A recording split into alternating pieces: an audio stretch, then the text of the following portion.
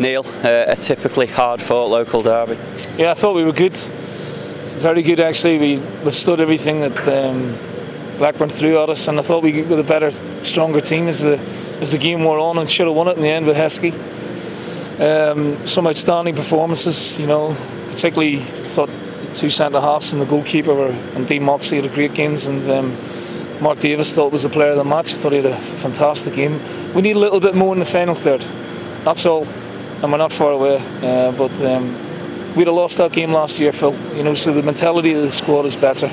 We need to start converting, you know, these performances into wins and start scoring some goals, and that's just my constant source of frustration at the minute. Once again, the work rate tonight, absolutely tremendous. You mentioned defensively, very solid again. Mark Davis, you named him as captain. Obviously, a lot of people talk about his qualities going forward, but again tonight, you know, he really did lead by example, and defensively, he worked really hard. Yeah, it's just an all-round superb performance. His first touch and his change of pace to get away from people is sublime, and yeah, he's working very hard off the ball. You know, he's doing fantastic work for the team, and that's 5 games in a row now. I don't know how long he's done that, but you know, we're trying to manage him as best we can. But we're seeing the fruits of that at the minute. His performances over the last 3 or 4 games have been of a real high standard. And do you think he's revelling in having that extra responsibility of being captain? Yeah, he's a bit of a rascal, so sometimes it's good to give the rascals the responsibility because they grow into it, and you can see that he is growing into the role. And you know, hopefully Pratt will not be far away, so he'll add to what we already have. And yeah, I mean, we're looking stronger as we go along, but we need to start converting really good performances into wins. You know, it's a clean sheet away from home. Can't remember the last time we did that, but we looked a decent side, particularly in the second half.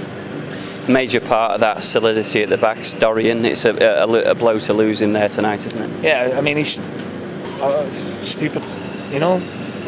Coyta's not going anywhere, or I don't know who it was, the player, but he's going towards the touchline. He doesn't need to win it, and it comes from us having good possession in the final third and you know, not managing the game well.